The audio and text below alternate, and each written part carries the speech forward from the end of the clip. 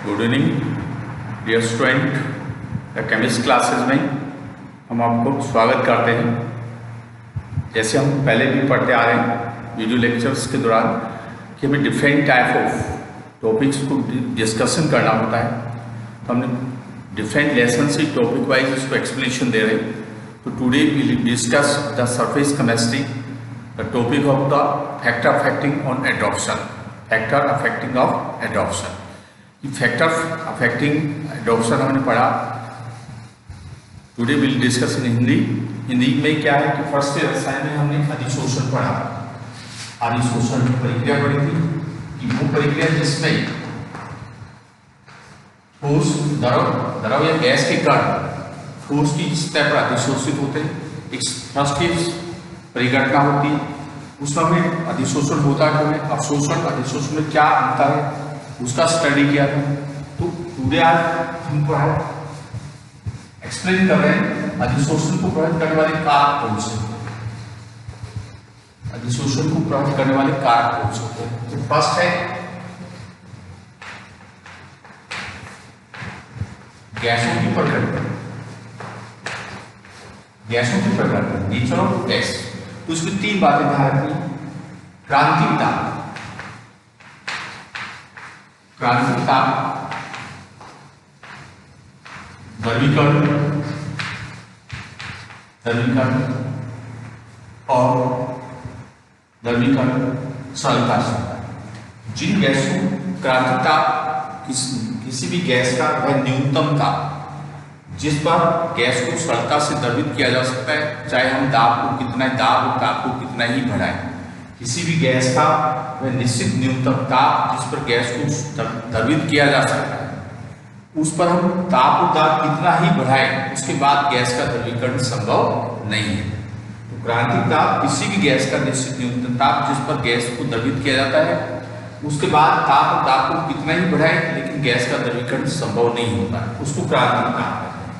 द्रवीकरण का अर्थ है गैस को द्रव अवस्था में परिवर्तित करना, उसको द्रवीकरण कहते हैं। तो गैसों की प्रकृति में जिन गैसों का क्रांतिक ताप उच्चतम होगा और द्रवीकरण सरलता से होता है, उन गैसों का अधिशोषण भी सरलता से होगा। स्थायी गैसें जैसे SO2, methane, ammonia, HCl, C2H6, CO2, carbon monoxide, ये क्या है? अस्थायी गैस होगी। ये स्थायी गैस होगी, इस टाइप की स्थायी गैस होगी। तो जिन गैसों का क्रांतिक ताप उच्चतम होता है, इसका अर्थ क्रांतिक ताप समानुपाती किसके? अधिशोषण के। जैसे जैसे क्रांतिक ताप बढ़ेगा अधिशोषण की प्रक्रिया बढ़ती जाएगी। तो गैसों की प्रकृति के दौरान हम क्रांतिक ताप किसी भी गैस का निश्चित न्यूनतम ताप जिस पर गैस को सरलता से द्रवित किया जा सकता है, चाहे हम ताप और दाब कितना ही बढ़ाएं, उसके बाद गैस का द्रवीकरण संभव नहीं होता। तो इन गैसों का क्रांतिक ताप उच्चतम होता है। क्रांतिक ताप क्या होता है? उच्चतम होता है। इन गैसों को सरलता से द्रवित कर सकते हैं, तो इनका अधिशोषण ज्यादा होता है। ये स्थायी गैस है जिनका क्रांतिक ताप न्यूनतम होता है, जैसे SO2, NH3, HCl, H6, CH4, CO2, CO, N2, SO। तो इन गैसों का जैसे इसके क्रांतिक ताप 433 केल्विन, हाइड्रोजन का 333 केल्विन क्रांतिक ताप। तो क्रांतिक ताप समानुपाती अधिशोषण। इसका अर्थ ये कि जैसे जैसे क्रांतिक ताप बढ़ेगा वैसे वैसे गैस के अधिशोषण की मात्रा बढ़ेगी। तो गैसों का क्रांतिक ताप जितना अधिक होगा, जो गैसें सरलता से द्रवित होती हैं वो उतनी तीव्रता से अधिशोषित होती है। तो यहाँ पर इन गैसों का अधिशोषण अधिक होगा क्योंकि इनका क्रांतिक ताप अधिक है। इन गैसों का क्रांतिक ताप कम है, इनको सरलता से द्रवित नहीं कर सकते, इसलिए इनका अधिशोषण कम होगा। इसका पहला फैक्टर। दूसरा फैक्टर क्या है? पृष्ठीय क्षेत्रफल, अधिशोषण का पृष्ठीय क्षेत्रफल। ये दूसरा फैक्टर, अधिशोषण का पृष्ठीय क्षेत्रफल। तो किसी भी अधिशोषण की जो प्रक्रिया है, अधिशोषण की जो प्रक्रिया है वो पृष्ठीय क्षेत्रफल के समानुपाती, पृष्ठीय क्षेत्रफल के समानुपाती। तो जैसे जैसे किसी गैस का पृष्ठीय क्षेत्रफल बढ़ेगा, जैसे जैसे गैस का पृष्ठीय क्षेत्र बढ़े, अधिशोषक का पृष्ठीय क्षेत्र बढ़ता है, वैसे वैसे अधिशोषण की प्रक्रिया बढ़ती जाएगी। जैसे किसी ठोस की तुलना में, मान लो हमारे पास ये ठोस है, इस ठोस की तुलना में चूर्ण पाउडर इस तरह से, तो इसका पृष्ठीय क्षेत्र बढ़ जाएगा ठोस की तुलना में, तो ये अच्छा अधिशोषण हो। तो जब भी हम अधिशोषण की प्रक्रिया बढ़ाएंगे, तो जो अधिशोषक है ठोस अवस्था में, उसमें पृष्ठीय क्षेत्र बढ़ाने के लिए हम जो सूक्ष्म व्यवहारिक टुकड़ों में काट सकते हैं, इस तरह से टुकड़ों में काट सकते हैं, तो इनका पृष्ठीय क्षेत्र बढ़ जाएगा। दूसरा, हम उसको पाउडर चूर्ण में बदल सकते हैं, चूर्ण में परिवर्तित कर सकते हैं, तो पृष्ठीय क्षेत्र बढ़ जाएगा। तीसरा, उसकी स्टैक को खुरदरा काटें, चिकनी सतह होती है, चिकनी सतह पर अधिशोषण कम होता है, तो हम उसको खुरदरा बना दें। खुरदरा बना देंगे तो क्या होगा, उसमें सेकेंडरी केंद्र बढ़ जाएगा, सेकेंडरी केंद्र बढ़ जाएगी। ऐसी स्थिति में उसका अधिशोषण ज्यादा होता है। तो कहने का अर्थ है, अधिशोषक का पृष्ठीय क्षेत्रफल अधिशोषण प्रक्रिया के समानुपाती होता है।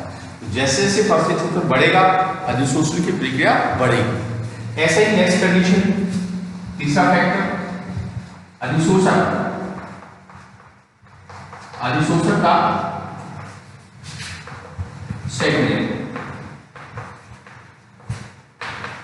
परसेंटेज। जैसे अधिशोषक के सेकेंड से आप क्या समझते हैं, अधिशोषक के सेकेंड से आप क्या समझते हैं? इसका तात्पर्य कि अधिशोषक का सेकेंड वह यांत्रिक विधियां, वो यांत्रिक विधियां जिसके द्वारा अधिशोषक के पृष्ठीय क्षेत्रफल को बढ़ाते हैं, उसके सेकेंडरी केंद्रों को बढ़ाते हैं या उसकी मुक्त संरचना को बढ़ाते हैं, वो कहलाता है अधिशोषक का सेकेंड। वह यांत्रिक प्रक्रिया जिसमें हम अधिशोषक के पृष्ठीय क्षेत्रफल को, सेकेंडरी क्षेत्रफल को बढ़ाते हैं, तो उसकी सक्रियता को बढ़ाते हैं, उसकी मुक्त संरचना को बढ़ाते हैं, तब वो क्या कहलाता है, अधिशोषक का सेक्रियण कहलाता है। तो अधिशोषक का सेक्रियण हम तीन प्रकार से कर सकते, चार प्रकार से। पहला, हम उसको पाउडर में बदल दें, चूर्ण में बदल दें, चूर्ण बना दें, तो उसका पृष्ठीय क्षेत्रफल बढ़ जाएगा। दूसरा, उसको छोटे छोटे सूक्ष्म विभाजित टुकड़ों में काट दें, छोटे छोटे टुकड़े काटेंगे, तो काटने से क्या होगा, छोटे टुकड़े काटने से उसका पृष्ठीय क्षेत्रफल बढ़ेगा, पृष्ठीय क्षेत्रफल बढ़ेगा तो उसके सेकेंडरी केंद्र भी बढ़ेंगे। ऐसी स्थिति में उसका पृष्ठीय क्षेत्रफल बढ़ जाता है। तीसरा, हम उसकी सतह को खुरदरा बना दें, मतलब उसको टाच करके हम खुरदरा बना दें, रफ बना दें, जिससे उसके सेकेंडरी केंद्रों की संख्या बढ़ जाएगी। चौथा क्या है, हम अधिशोषक की सतह पर जो गैस अधिशोषित हो गई उसको साफ कर दें, उसको विशोषित कर दें।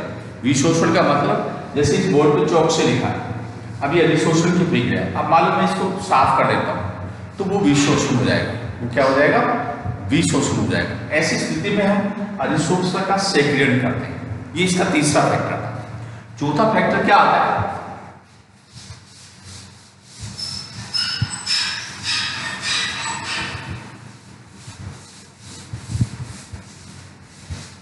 चौथा फैक्टर आता है ताप का प्रभाव, ताप का प्रभाव। इस प्रक्रिया में हम क्या पढ़ते हैं, अधिशोषण, अधिशोषण समदाबी वक्र, अधिशोषण समदाबी वक्र। अधिशोषण समदाबी वक्र का तात्पर्य है किसी गैस की मात्रा, अधिशोषक की मात्रा का ताप, स्थिर दाब पर ताप के साथ परिवर्तन को हम अधिशोषण समदाबी वक्र कहते हैं। मतलब किसी गैस की मात्रा और अधिशोषक की मात्रा का दाब की, स्थिर दाब पर ताप के साथ परिवर्तन को हम क्या कहते हैं, अधिशोषण समदाबी वक्र कहते हैं। तो हमने अधिशोषण के दो प्रकार पढ़े, भौतिक अधिशोषण और रासायनिक अधिशोषण। तो इसके दो प्रकार के ग्राफ बनते हैं। ये ताप है, ये x/m है, x/m। ये रासायनिक अधिशोषण है, ये ताप है, ये x/m। तो भौतिक अधिशोषण ताप बढ़ाने के साथ कम होता है। भौतिक अधिशोषण क्यों होता है, कि भौतिक अधिशोषण वान डेर वाल्स बल के कारण, भौतिक अधिशोषण वाणिवास बल के कारण, जबकि रासायनिक अधिशोषण रासायनिक बल के कारण। तो जैसे जैसे ताप बढ़ाएंगे तो वाणिवास बल टूट जाएंगे। तो अधिशोषण समदाबी वक्र का परिभाषा क्या होगी कि गैस की मात्रा अधिशोषण की मात्रा का स्थिर दाब पर ताप के साथ परिवर्तन को अधिशोषण समदाबी वक्र कहते हैं। तो भौतिक अधिशोषण ताप बढ़ाने के साथ कम होता है क्योंकि वाणिवास बल उपस्थित होते हैं। ताप बढ़ाने से वाणिवास बल टूट जाएंगे। ऐसी स्थिति में भौतिक उत्क्रमणीय होता है साथ में, इसलिए वो वापस पूर्व स्थिति में जा सकता है, इसलिए भौतिक अधिशोषण कम होता है। रासायनिक अधिशोषण में क्या रासायनिक बल बनता है, रासायनिक अधिशोषण में क्या बनता है रासायनिक बल बनता है। तो उसके लिए सेकंड ऊर्जा की आवश्यकता होती है। तो एक निश्चित ताप तक रासायनिक अधिशोषण बढ़ेगा, निश्चित ताप तक रासायनिक अधिशोषण बढ़ेगा, उसके बाद कम होने लगता है। कारण पहले जो सेकंड ऊर्जा होती है जिससे गैसों के अणु अधिशोषक के साथ रासायनिक बल बनाते हैं, उसके लिए सेकंड ऊर्जा की आवश्यकता होती है, उसकी वजह से अधिशोषण बढ़ेगा। लेकिन जैसे ताप बढ़ जाता है तो अणु की गतिज ऊर्जा बढ़ जाएगी। ऐसी स्थिति में विशोषण प्रारंभ हो जाता है। क्या प्रारंभ हो जाता है? विशोषण की प्रक्रिया प्रारंभ हो जाती है और अधिशोषक पदार्थ के अणु सतह को छोड़ना शुरू कर देते हैं। तो इस तरह से ताप के प्रभाव में हम समदाबी अधिशोषण समदाबी वक्र को परिभाषित करते हैं कि गैस की मात्रा और अधिशोषक की मात्रा का स्थिर दाब पर ताप के साथ परिवर्तन को हम क्या कहते हैं अधिशोषण समदाबी वक्र कहते हैं। अधिशोषण समदाबी वक्र दो प्रकार का होता है, पहला भौतिक अधिशोषण के लिए, दूसरा रासायनिक अधिशोषण के लिए। भौतिक अधिशोषण में ग्राफ कम होगा, मतलब भौतिक अधिशोषण ताप बढ़ाने से कम होता है। क्यों? क्योंकि भौतिक अधिशोषण वाणिवास बल के कारण होता है, उत्क्रमणीय होता है। ऐसी स्थिति में उसमें वाणिवास बल भी दुर्बल हो जाएंगे, टूट जाएंगे, और ऐसी स्थिति में भौतिक अधिशोषण कम होता है। जबकि रासायनिक अधिशोषण में सेकेंडरी ऊर्जा की आवश्यकता होती है रासायनिक बल बनाने के लिए। तो पहले अधिशोषण बढ़ेगा एक निश्चित ताप तक, उसके बाद घटेगा। क्यों? क्योंकि ताप सेकंड ऊर्जा के लिए ताप बढ़ाना आवश्यक होता है। ताप बढ़ाने के बाद अणु की गतिज ऊर्जा बढ़ेगी तो विशोषण प्रक्रिया के द्वारा ठोस अधिशोषक की सतह को छोड़ना प्रारंभ कर देते हैं। इस तरह से हम अधिशोषण की प्रक्रिया पर कारकों का प्रभाव अध्ययन करते हैं। तो उसमें गैसों की प्रकृति, दूसरा अधिशोषक का पृष्ठीय क्षेत्रफल, तीसरा अधिशोषक का सेकीकरण, चौथा ताप का प्रभाव।